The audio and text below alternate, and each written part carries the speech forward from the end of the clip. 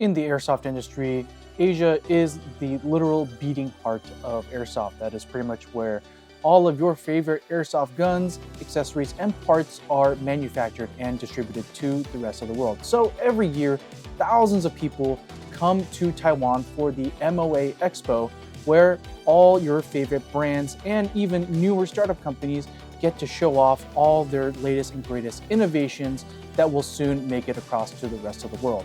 And this year, I had the rare privilege of going to Taiwan to explore and to see what the airsoft industry has to offer us, the players. Airsoft guns that I had no idea existed, but now I desperately need. Actually, fun story is that when I was a kid getting into airsoft, I wasn't really familiar with guns and what people would usually use in the military. But one thing I always thought was like, hey, I'm Korean, so what is a Korean military using? And so I was looking for an Airsoft K2, but back in the day, none of those ever existed. And now they're here, so now I desperately need it. But I'm with John here, and he's gonna go ahead and explain and show us everything cool about the new K2 system. Okay, so hey, as mentioned, I'm John, and I'm right here representing Action Airsoft's production brand here, which is known as Marksman. So one of our upcoming products here is the K2, which is of course the main Korean infantry rifle, as you can see here. And we've made a really faithful reproduction of the K2. It's based on the VFC system. I can't talk too much about the internals. We actually have some patents pending for the internals for some of the aspects here, but it takes VFC M4 magazines, gas magazines that is of course, and it is made to such a level of detail with the real one that actually you can also go and you can take some of the real rails and things that are made for the real K2 in Korea. So this is actually a rail, it's not our rail, this is a rail from a company called MITS Precision. It is made for real K2s. So some of the people who are in Korea, like the police and the military, where they're allowed to, they will modernize their K2s by adding on rails like this. And everything is so accurate to the real one that you can take just about any of the real accessory parts and slap them right on there and it's gonna work for you. We don't have a price and date that we can share as of yet, but as you can see, it's quite far along. We have some production samples here, so you can look forward to this coming out in the future. You guys have been playing Rainbow Six Siege, man, and if you're a visual main, which I was back when I was playing, this is his primary, man, the K1A. But this is super sick, but I'm hankering for this guy right here. I can touch this, right? Oh yeah. Okay, all right, cool. But dude, with the M-lock rail on this thing, and then the monolithic Picatinny top rail, holy moly, plus the integration of a buffer tube. Oh my goodness. Okay, John, please tell us more about this K1A. So these are let me show you the quote unquote normal one first. So this is the Marksman K1A, which this first one's on sale about 1 year ago. And we have a small lot of about 150 that came out and they were gone within 24 hours.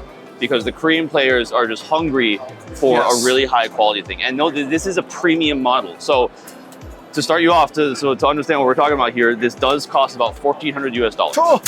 Because it is full 6061 billet CNC receiver, and then every part is made of steel. So this is basically everything that can be as real as possible on this has been made as real as possible. So it's like a true one-to-one replica. And of course, Korea has conscription, right? So we have a lot of Korean guys just today have come over here and it's like, I used this back when I was a soldier, and they picked this up and like, oh, this feels exactly like the real one. And almost all of them went to Korean players. If you're in the US and you want something really unique, you can look out for this. I might do something I might regret. You might regret. So this is the base model, which is based upon the real one there, but same as the K2, which we looked at earlier. Everything is so accurate to the real one that you can just slap on any of these rails. So this is a real rail by DevGru, which is a Korean company that makes this stuff.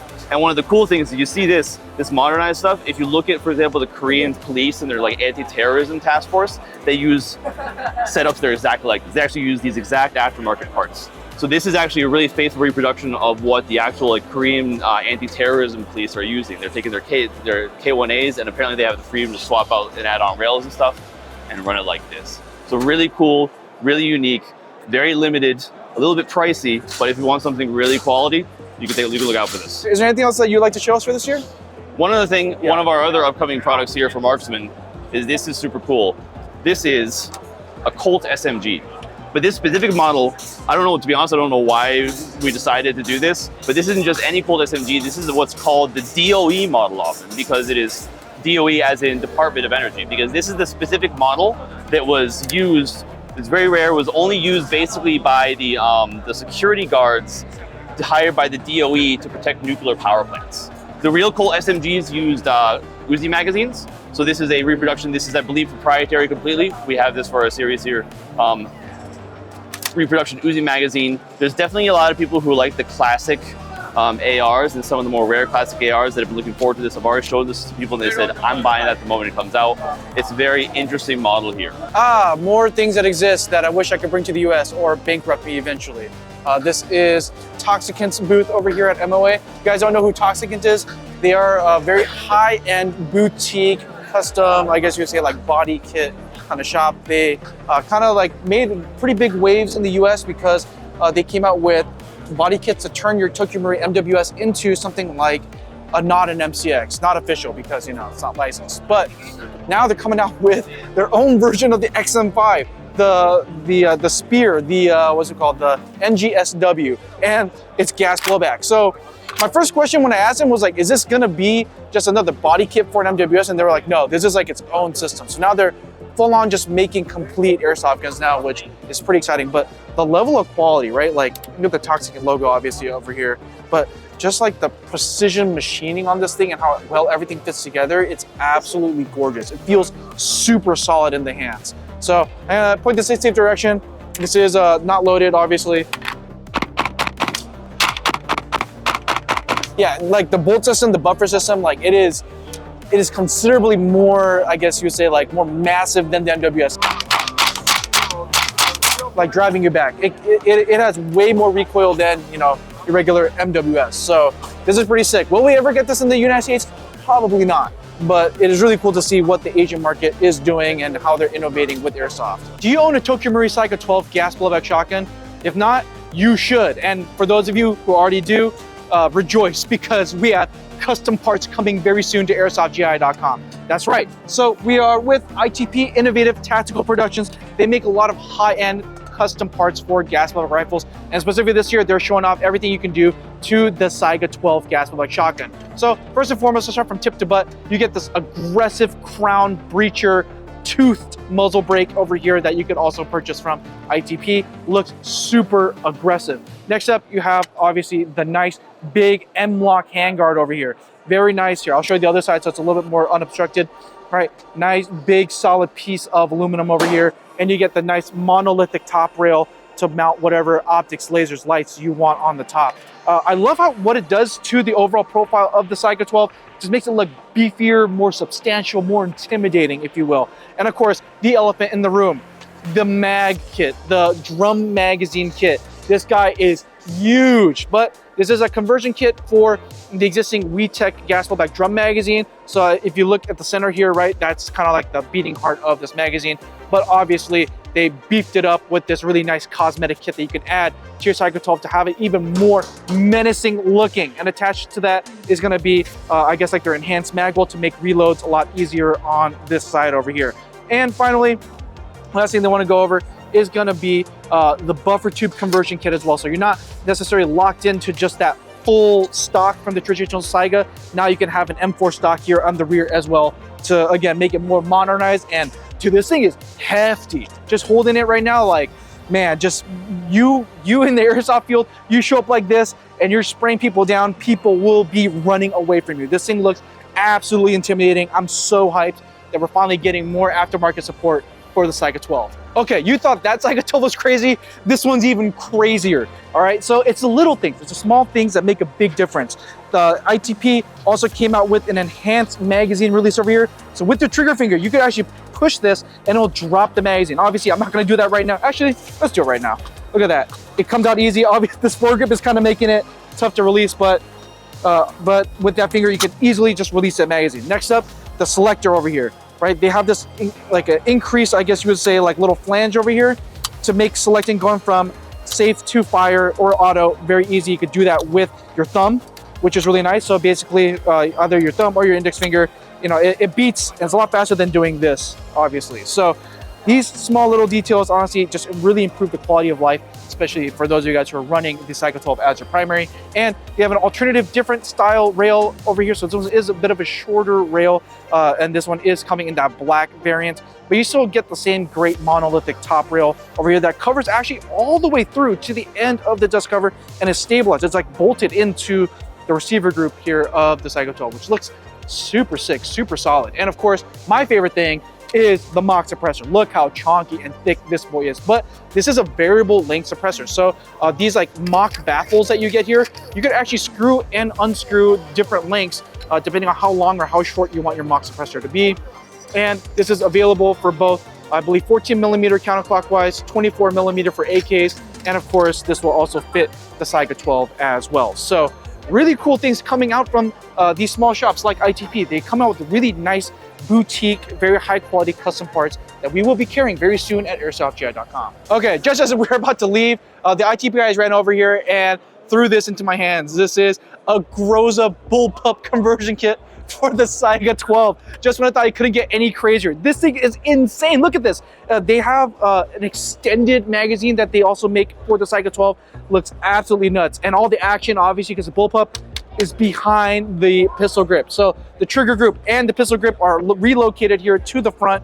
You have a completely custom fore end over here with like the heat shield. There's M-LOK here on the sides. And they told me that they have a variable height optic system here where you can actually go high or low adjustment in height.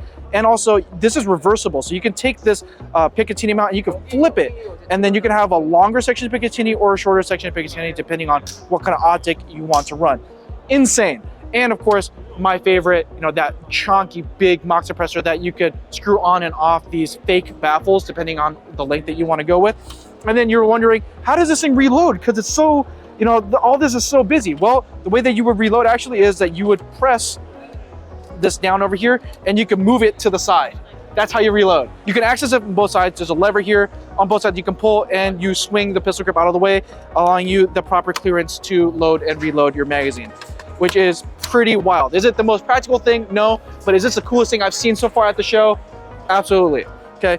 And here on the stock, obviously, because this is directly behind the receiver group, if you wanted to, let's say, like work on your Groza kit, you can actually swing the stock aside and that'll give you full access, obviously, to the internal workings of the Groza kit. So like I said earlier, you know, like ITP, they're not like the biggest shop out there, but they're coming out with some really crazy high quality custom stuff that we're very excited to carry eventually soon at airsoftgi.com. So MOA being primarily an Asian airsoft expo, it's pretty interesting that a company like Vorsk, who is based out in Europe, is coming here to show face and to show off some of their new products. So they have some pretty interesting, I guess, new concepts that they're trying to introduce into the airsoft market.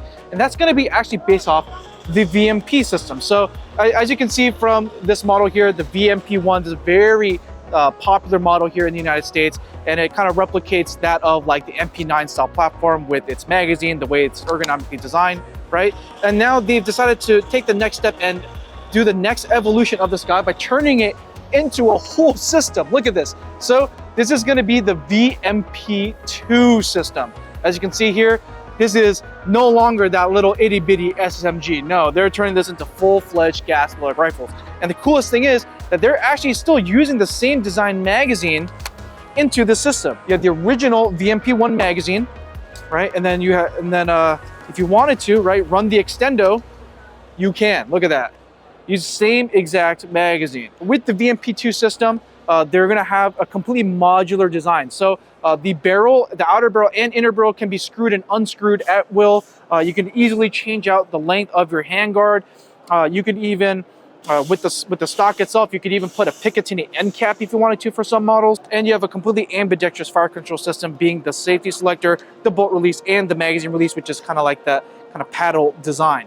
So this is pretty sick. And one thing that I think is really interesting is that the grip module here is like very close to that of a traditional 1911.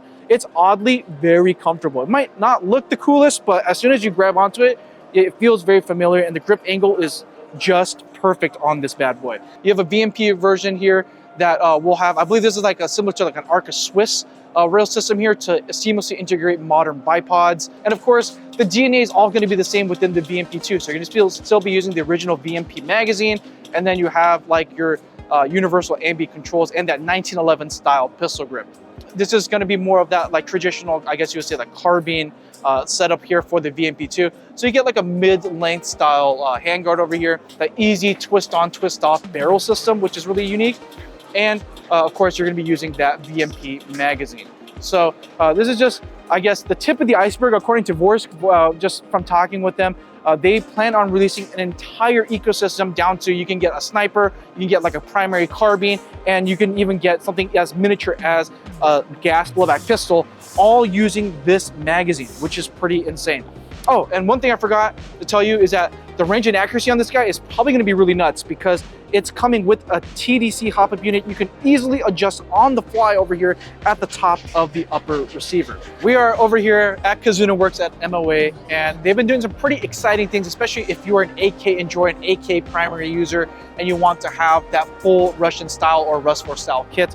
And we're talking about the MKW. Now, they released MKW a while ago, and this is probably one of the first like true modernized Russian style airsoft pistols that you probably want to run if you want to get that true blue clone correct, you know, AK style loadout. Now with the MKW, as you can see here, they've released some updates for the MKW. As you can see here from the get-go, you're getting different colorways like the OD green frame and that FDE slide over here on the top. Looks absolutely stunning. But of course, the elephant in the room, let's address it, right? It's going to be the optic mount. Now, obviously, they've done some rough prototyping here. They're kind of roughing it in, just showing what is to come. But they got increased height sights here on the front and on the rear. And of course, that also shoes in the optic mount for you to start running your optics on the MKW. This is a really hidden gem that I found at MOA, just randomly just stumbled across. And I believe they're called Def Lab.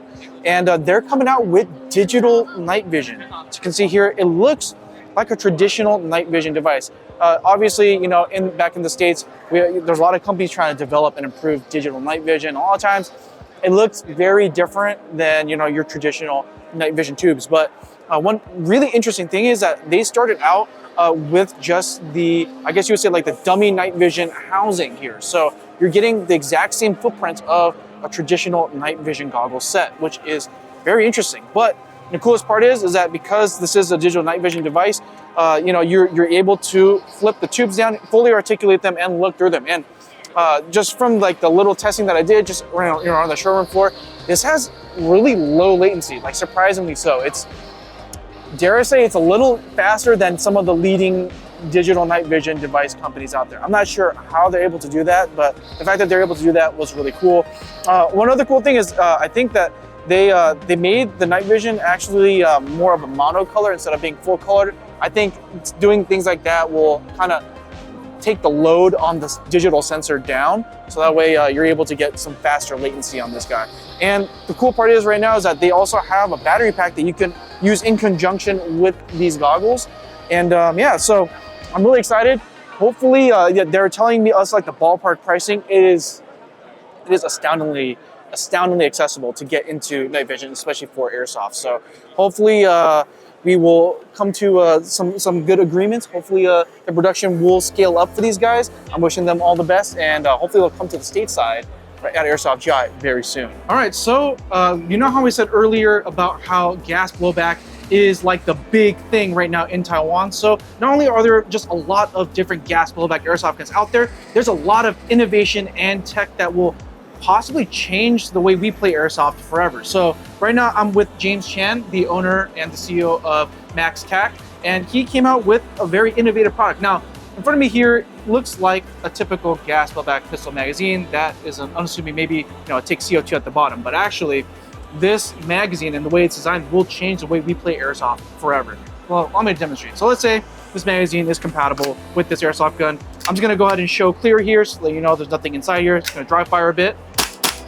Right, yeah, works just fine. But here's the thing, you guys can't see it on video, but this thing is really cold. Like, it's almost too cold to touch. And the best thing is, yes, this will accept the CO2 cartridge, but actually this is powered by dry ice. So as you can see here, there's like pellets or cubes of dry ice, and all you need to do is open this guy up with a special tool, and then you could drop in pellets of dry ice and close it up. Now, what this will do is that over time, This will take a couple minutes, but basically the dry ice will start to melt, or sublimate is actually the correct term. It'll turn instantly from a solid to a gaseous state. Now, what this does, even though this is really cold, there's not really anything much out there in the wild that's colder than dry ice. So what that does in turn is that it will pretty much eliminate the cool down effect. And also because this is not stored in a liquid state, so for example, green gas and even CO2 canisters, they are storing their gas in a liquid state, but this is going from a solid to a gas pretty much instantly. You could fire this at any angle. So for example, I will shoot this upside down without trying to hurt myself. Right? We're not getting any liquid coming out of here, you know, like I would with a typical green gas blowback pistol, let's say. You know, if you took a green gas one, flipped it upside down, you'll be spewing liquid green gas. Also is that with this magazine, we'll have a built-in regulator as well to make sure that you are getting consistent FPS every time you pull the trigger. Yeah, is there anything else you'd like to add, James? Anything I missed? Well, I've spent a lot of time on developing this system. There are not only the regulator, but it also is the liquid stopper, that which we only allow very little tiny amount of the liquid CO2 form gets into the expansion chamber, then it will expand immediately. So that is the air form of the CO2 gets out. That's why it can shoot upside down. But think about how this will affect the way that we play. Because obviously right now this is a gas blowback pistol magazine. Imagine this when we scale it up. Let's say gas blowback rifles. You have to worry way less about cooling down at all. You know, when the magazine gets too cold to fire, you know, it'll stop shooting because the temperature, the ambient temperature of the magazine and the liquid gas inside they start to, you know, get a little too close to each other. But because we're just using straight up just dry ice in this thing, you will virtually never have to worry about cooling down too hard. Also, this, you know, like a single fill, let's say, of the dry ice will last you anywhere between like 90 to 100 rounds, if I'm not correct. Yeah. So again, let's think about how that will change the way that we play. And also, I think it'll make running gas blowback in longer term and for longer periods of time throughout the year way more viable. Right. Yeah, so thank you so much, James, for all the hard work, even the innovation. Hopefully, we will be seeing this at Airsoft GI very soon. All right, we are finally back home from Taiwan, from the MOA Expo. It feels like we've been gone like a week. Yeah, dude, what a trip it has been. Yeah, I think technically we're only there for like 3 days. It feels a lot longer because we kind of went through that time warp. Yeah, time warp because we had like lost a day, gained a day. Like, it was weird. But anyway, aside from time traveling and time warping, it has been quite an exciting show. We've seen a lot of really cool new things coming up from a lot of the brands that you're familiar with, such as, you know, VFC, LCT, Arcturus, even Lancer Tactical coming out with a ton of new cool stuff, obviously. But even some companies that we've never heard of before also coming out with some really cool things as well. Yeah, like I think one of the standout model, obviously there's a lot of stuff that I really enjoyed seeing and that has me really excited for what we can potentially see, maybe stateside even. But one of the things that really got my attention was actually that K2 rifle that we got to saw from a brand that I had never heard of before. That looked really, really cool. Again, it's just another platform that's different from just your standard AR. And it is interesting to see that different platforms are actually looked on quite favorably in other countries as well. But aside from that, is there anything else cool that you noticed or like some things that really stood out to you? From one thing that actually took me quite by surprise was the fact that Arcturus, of all brands, I would not have expected this. Not only are they coming out with their own line of high kappas, they're coming out with their own gas blowback AK-12. I was not expecting, I knew that gas blowbacks, yes, are slowly going to become maybe like the big competitor to AGs, at least in the US market. I know it's going to happen eventually. I just wasn't expecting Arcturus to come out with their own GVR yet. Yeah, I mean, one thing that I kind of pointed out throughout this trip is that in the Asian airsoft market, where pretty much all the manufacturing happens, yes. Yeah, gas blowback is like the big thing right now. They've kind of moved on past the AEGs. So nowadays, what I notice is that at MOA is that when people are announcing AEGs, yeah, people are like, okay, cool, that's fine. But everybody was gravitating towards gas blowback. And I think that's a very interesting shift from the American market, you know, from the US and also probably the rest of the world. I think the things that stood out to me actually weren't airsoft guns. So the first thing that I think will probably be the most, I guess, game-changing thing for airsoft as a whole, what I think we're gonna talk about. Is going to be the fact that there's this company called MaxTact, I believe you saw earlier in the video. Yes, yeah. They're coming out with a dry ice powered magazine, and that still rocks my world to this day. Dude, same. Like that sounds absolutely freaking wild. Some sci-fi stuff there. But it's such a simple yet elegant solution to basically mitigating that cooldown effect. And then the second thing that I really loved from the MOA show is actually there's one startup company that is making digital night vision devices. Yes. So one thing that I really loved about their night vision goggles is that number one, they're using the same footprint as existing night vision devices. Yes. And then number two is that they managed to get extremely low latency through looking at it. And I've looked through a bunch of different digital night vision solutions. Yeah, and also with analog night vision. I would say the digital night vision that they're offering is a lot better than the conventional digital night vision options we have now. Yeah, it's gonna be a lot more affordable than even some of these higher end digital night vision devices out there. I think my takeaway from this whole experience is that like going to, let's say, like SHOT Show in Las Vegas is cool, it's nice, but I think there's so much more innovation and potential that we see direct from the source in Taiwan. Yeah. Yeah, at MOA. You're closer to, like you said, you're closer to the source itself. This is where all this stuff is being made. Of course, there's going to be a lot more figures out there trying to innovate and really push the envelope on what's possible with Airsoft. Yeah, 100%. And some of you guys might not even know that this MOA Expo even exists. So I would highly encourage you guys to stay up to date and follow up whenever that they do these shows in Taiwan, because you actually get so much more Airsoft information out of it pertaining to the industry, how it works, what everyone is thinking, what are the trends. I'm hoping in the future that we get to keep going. Yeah, and we I would keep definitely building like to go relationships with people out there. Yeah, and keep you guys up to date and informed on all the cool, exciting things that are happening to Airsoft as an industry out there in Taiwan. Keep an eye out because a lot of them are going to be hitting the shelves at Airsoft GI pretty soon. But other than that, my name is Boaz. And Isaias. We'll catch you next time, Mail Gang. Take it easy, guys.